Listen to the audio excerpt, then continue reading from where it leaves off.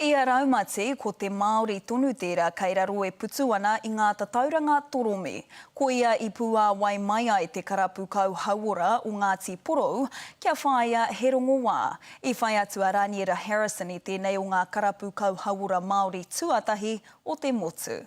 Waiwai kakamāna ki te takapau kahurangi I haere ai o rāua mātua tupuna. Our tipuna Paike, we feel he was the original lifeguard to come here in Tairawhiti, and he was a master of the sea. Ko timata ke ngā whakaritenga mo te wāhanga meitana o te karapu kauhaura hou o te motu, heoi ko tānga kai kauhaura o Ngāti Porou, he rangi tāmiro kia pai ai tōne iwi Māori I we moana, he whakatupu anō I te pakoko I a ngai pūhou, anō hoki.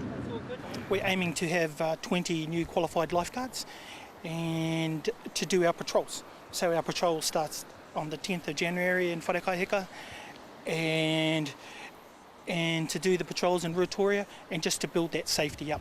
One of the newest surf clubs, not much on the coast for those kids to do, gives them something to do. E ki te hea mana o te karapu hou nei a Peter Boyd, nā te nui o ngā tatauranga te whakaro kia pua wai ai te karapu I toko ake.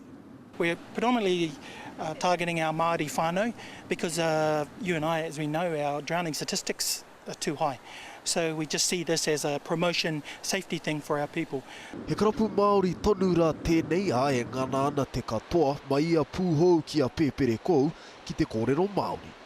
Some of our first instructors were kura kaupapa kids anyway, so we were able to train them up as instructors and do the exam, the theory part of it, in te reo Māori. Me te wawata nora kia hoki a Māori ki runga I te moana, ki tōna orokohanga mai.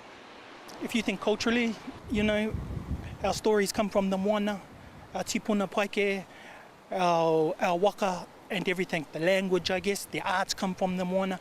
So I think it's just a natural thing that's happened. Get a few rescues under our belt, just to make everyone feel safer up in the water up there, I guess.